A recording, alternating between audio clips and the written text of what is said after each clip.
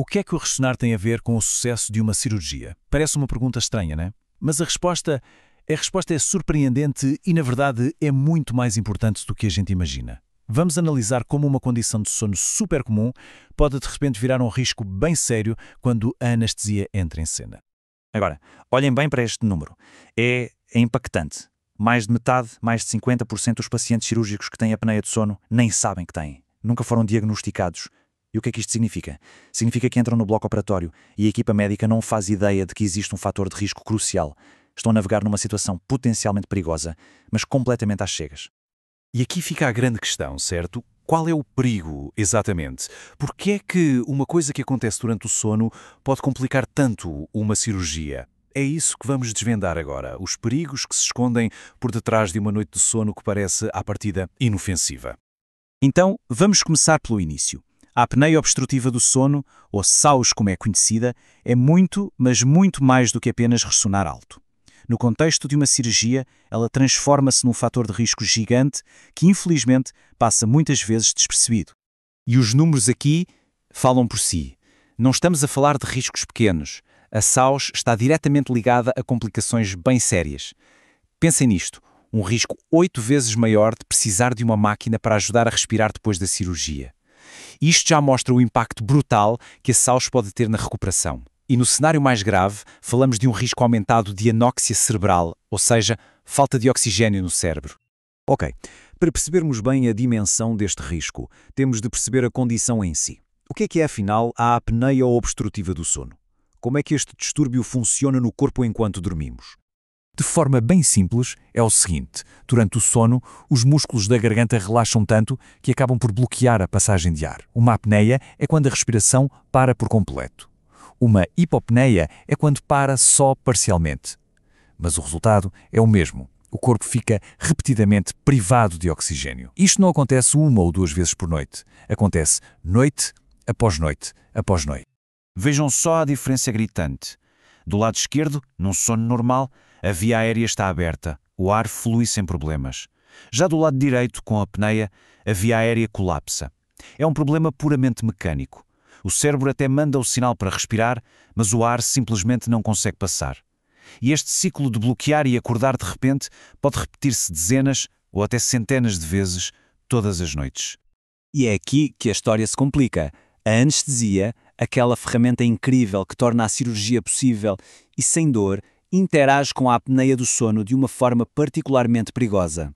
Esta frase resume o paradoxo na perfeição. Os mesmos medicamentos que nos protegem da dor durante uma cirurgia podem transformar uma condição crónica do sono num perigo agudo, imediato, ali mesmo, na sala de operações, e depois, na recuperação. Mas porquê? É porque os anestésicos e os analgésicos mais fortes atuam diretamente no nosso sistema nervoso central. Eles não só nos põem a dormir, como também diminuem os nossos reflexos de proteção. O cérebro fica menos sensível à falta de oxigênio, os músculos da garganta, que já relaxam demais na SAOS, relaxam ainda mais e o próprio impulso natural para respirar fica mais fraco. É basicamente a receita para uma tempestade perfeita de complicações respiratórias. Este facto é absolutamente impressionante. Alguns dos sedativos mais comuns, como os benzodiazepínicos, são tão eficazes a provocar o colapso das vias aéreas que os médicos até os usam de propósito, num ambiente controlado, claro, para diagnosticar a apneia do sono. Isto mostra bem a potência deste efeito secundário, que é precisamente o que se quer evitar a todo o custo durante uma cirurgia. Mas claro, a boa notícia é que isto não é um risco desconhecido para as equipas médicas. Pelo contrário, existem estratégias muito bem definidas. Vamos ver então como é que os anestesiologistas gerem ativamente este risco para garantir a segurança de todos. Na prática, existe um plano com 4 frentes de ação. Primeiro, o rastreio antes da cirurgia, que é vital para identificar quem está em risco. A partir daí, a equipa pode escolher medicamentos com o menor impacto na respiração. Depois, se for uma opção, a anestesia regional é sempre preferível, porque evita uma sedação profunda. E, por fim, uma vigilância muito apertada depois da cirurgia, que é crucial para detectar qualquer problema imediatamente. E as evidências são muito claras. Para um paciente com SAOS, a anestesia geral, que afeta o corpo todo, e a respiração, traz um risco muito maior de complicações. Já a anestesia regional, que adormece apenas uma parte do corpo, permite que o paciente continue a respirar sozinho, de forma espontânea. Por isso, sempre que a cirurgia o permite, esta é uma estratégia de segurança fundamental. E para as pessoas que já têm o diagnóstico e usam o aparelho de CPAP, esta ferramenta é incrivelmente poderosa.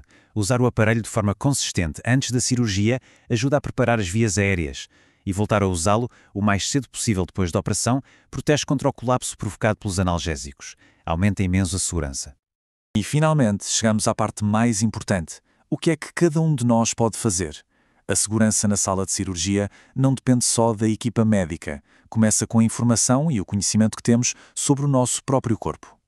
É preciso ter muita atenção a estes sinais.